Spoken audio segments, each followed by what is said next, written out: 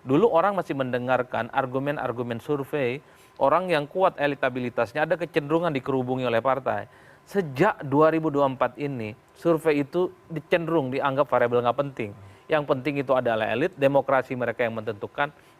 Inilah yang saya sebut bahwa ke depan rasa-rasanya oligarki akan menjadi penentu segala-galanya soal siapa yang bisa bertanding ataupun tidak. Percuma punya nama besar, percuma punya elektabilitas tinggi kalau tak bisa jadi maju. Dan ini akan sangat mungkin terjadi pada Mas Anies Baswedan di Jakarta. Akan menarik pilkada Jakarta itu kalau Anies bisa maju dengan PDIP. Ramainya itu ini mempertemukan dua kutub yang selama ini saling bertabrakan. Jadi yang kedua adalah apapun judulnya, Anies ini kan dianggap sebagai antitesa, orang yang selalu opposite di luar kekuasaan politik. Dan tentu kalau bicara Anies, kalau terpilih jadi gubernur, dia akan disebut sebagai ancaman. Tapi ingat, orang hanya melihat Anies ini ancaman bagi pemerintah dan kekuasaan. Tapi kalau Anies jadi gubernur, PDIP pun juga mestinya merasa terancam. Kenapa? Karena kader-kader PDIP ada kecenderungan yang maju di berbagai tempat itu, tak ada yang punya nama besar sehebat Anies per hari ini. Misalnya Mas Ganjar, Mbak Puan Maharani sendiri. Jadi untuk 2029 itu mengancam ya? Betul, karena apapun Anies ini memang portofolionya adalah spesialis pilpres. Jadi dimanapun Anies saat ini jadi pejabat publik, apalagi gubernur, pasti dikaitkan dengan 2009.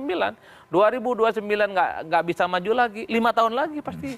Jadi kartu politik Anies itu di situ aja. Jadi dalam komunikasi politik secara umum, banyak orang terganggu dalam konteks ini. Oleh karena itu ada siklus 10 tahunan. Ini bagi pendukung Pak Anies Baswedan dan Pak Anies. Dulu orang masih mendengarkan argumen-argumen survei, orang yang kuat elektabilitasnya ada kecenderungan dikerubungi oleh partai. Sejak 2024 ini, survei itu cenderung dianggap variabel nggak penting. Yang penting itu adalah elit, demokrasi mereka yang menentukan.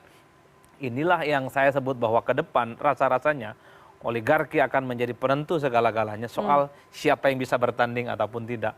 Percuma punya nama besar, percuma punya elektabilitas tinggi kalau tak bisa jadi maju. Dan ini akan sangat mungkin terjadi pada Mas Anies Baswedan di Jakarta. Jadi kalau misalnya Mas Anies nggak bertarung, jadi pilkada Jakarta akan hambar-hambar saja? Saya kira nggak menarik, nggak menarik. Terlampau jomplang pertarungan politiknya. Tentu dengan tanpa bermaksud ingin mendahului kehendak Tuhan, tapi secara angka-angka statistik sulit untuk mengalahkan Ridwan Kamil dan Pak Suswono. Jadi Bung Noel ini tinggal ukur jas bagaimana mempersiapkan kemenangan nantinya di bulan November di masa yang akan datang. Insya Allah.